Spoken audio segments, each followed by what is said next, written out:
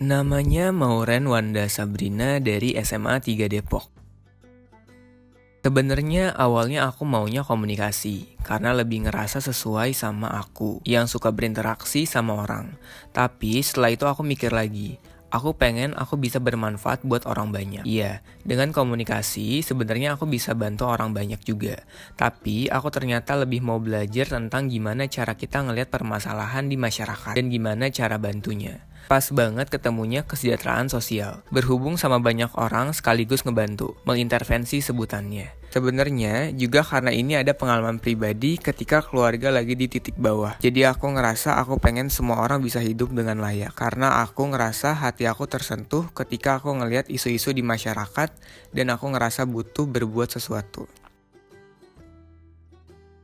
Aku gap year, dulunya aku anak IPA. Setelah gagal SBMPTN 3 Juli 2018 dan sudah melewati 11 tes PTN, aku tetap gagal. Akhirnya, pas mutusin untuk gap year, aku putusin pilih sosum. Jadi aku belajar sosum semenjak bulan September 2018. Sebenarnya lebih sangat susah ngejalanin belajar pas gap year. Banyak tekanannya, tapi nggak ada teman, terus juga ngeliat teman-teman yang udah berhasil dan malu sama orang rumah. Keluarga. Jadi caranya adalah 1. Gap year bukan aib. Jadi nggak apa-apa untuk mundur selangkah untuk lari lebih jauh ke depan. Itu salah satu kata-kata yang aku pikirin, kemungkinan terburuk sambil diiringi dengan ngebentuk mindset positif. Jadi kayak pikirin kalau lu gagal gimana. Tapi bangun mindset juga kalau misalnya orang tua akan bangga sama lu dengan lu lulus PTN. Ketiga, cari teman buat belajar bareng. Jadi bakal tumbuh vibes belajarnya.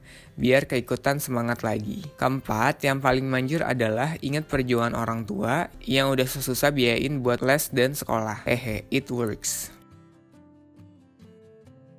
673.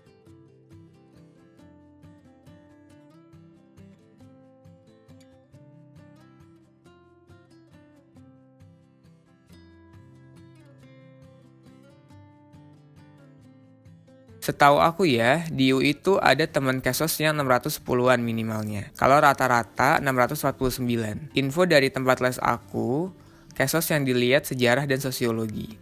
Jadi make sure ke tempat lesnya pelajaran apa yang perlu dipertimbangin.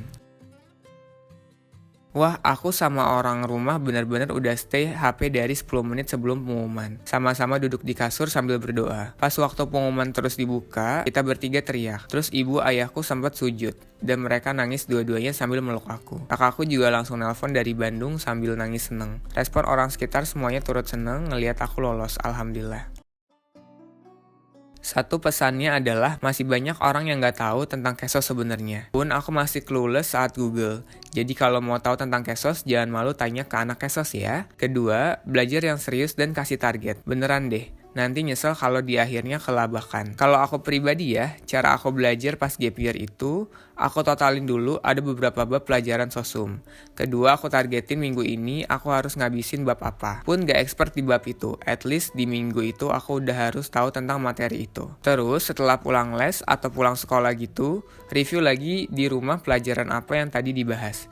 Biar nggak lupa. Satu pesannya adalah semua soal yang dikasih sama tempat les difolderin dan kerjain semuanya. Karena soal SBMPTN akan sebanyak dan seenggak terduga itu. Evaluasi tiap keluar hasil tryout. Konsul sama guru les yang sering. Habis waktu di tempat les buat belajar dan manfaatin guru. Maksudnya adalah selama ada guru, tanya apa yang emang kita nggak tahu.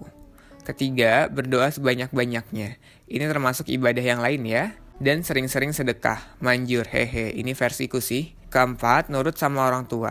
Hormat sama ibu bapak, sering-sering minta doa juga sama orang tua. Keenam, minta doa sama guru-guru, aku ngerasa ini perlu sih di aku, Ketujuh, perhatiin hal-hal teknis, kayak persyaratan dan waktu buat SBMPTN. Jangan sampai persiapan belajar kitanya matang tapi malah kacau gara-gara hal teknis. Teliti dan perhatiin waktu pas ujian. Kedelapan, semangat terus, rezeki nggak akan pernah ketukar. Good luck ya.